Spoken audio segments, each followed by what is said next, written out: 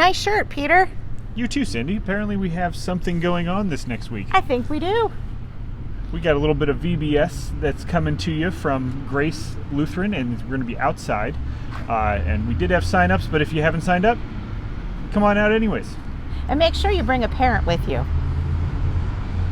Today we're going to talk about the gospel lesson.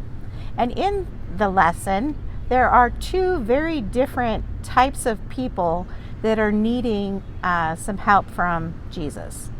One of them is a leader of the synagogue, and his daughter is dying. And so he comes to Jesus and asks for help with his daughter. The other is a woman who we would see as maybe marginalized. She's been hemorrhaging, and many people would say that she probably was a lesser value than the synagogue leader's daughter. And so, as with Jesus, normally in most of Jesus' story, there's a crowd that's around, and the crowd is kind of trying to influence Jesus' behavior. He's trying to go help the synagogue leader, and yet here's this woman who is marginalized coming to him for help as well.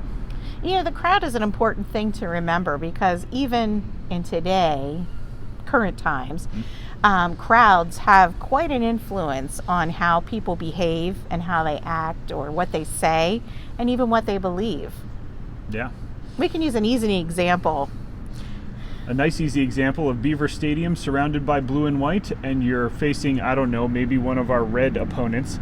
I wonder who he's talking about. No, I don't know if I'd want to be the person wearing an Ohio State or Rutgers jersey, a bright red jersey, and have some sort of hate thrown at me. Yes.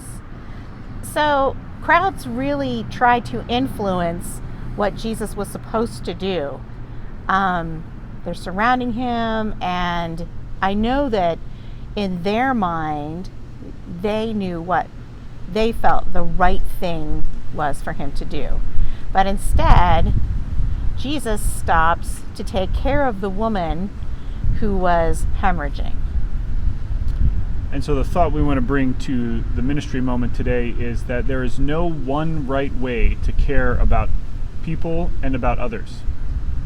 That when you find yourself in that crowd, to take that extra time, I know it sounds very commercialized when you say, what would Jesus do?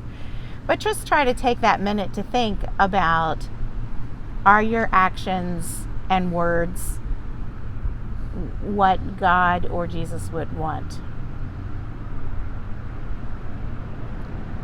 So we want to thank you for joining us for the ministry moment. And again, don't forget to look for our VBS photos on Facebook, and also feel free to come out and take a peek this week.